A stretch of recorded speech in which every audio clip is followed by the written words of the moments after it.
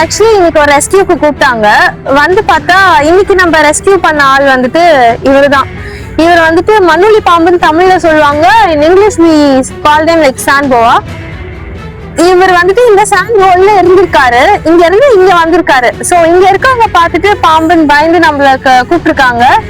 And இவர் வந்துட்டு பாத்தீங்கன்னா அவரோட ஷெட்டிங் ஸ்டேஜ்ல இருக்காரு. அவரோட ஸ்கின் எல்லாம் இங்க ஃபீல் ஆயிட்டு இருக்கு. அண்ட் இங்க கொஞ்சம் அவரோட ஸ்கின் கூட பார்த்தோமே இங்க இருக்கு. இங்க ஸ்கின் எல்லாம் வந்துட்டு அவர் பீல் பண்ணி வச்சிருக்காரு ஆல்ரெடி. விட்டா இவரோட ஷெட்டிங் கம்ப்ளீட் ஆயிடும். பட் தென் என்னன்னா இங்க குழந்தைங்களா இருக்கு அப்படின்றதுனால இங்க இருக்க பேரண்ட்ஸ் எல்லாம் பயப்படுறாங்க. ஆனா இவர் வந்துட்டு ஒரு சாதா மண்புழு மாதிரிதான். இவரால யாருக்குமே எந்த ஒரு ஆபத்தும் கிடையாது.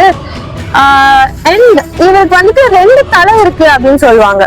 But not at all. அது ஒரு கம்ப்ளீட் மித். இங்க இருக்கு அவரோட ஹெட். அவனோட ஹெட் இங்க இருக்கு தெரியுதா? அவனோட ஐஸும் டங்கும் தெரியுதா? அவனோட டெய்ல் இங்க இருக்கு.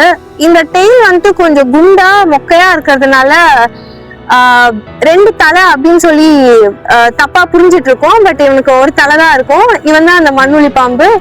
அண்ட் இவன் வந்துட்டு நம்ம நேச்சருக்கு ரொம்ப ஃப்ரெண்ட்லி. நம்மளோட எர்த்க்கு வந்துட்டு ரொம்ப தேவைப்படுற ஒருத்தன். மண்புழுவோட வேலையை இவரும் செய்வாரு.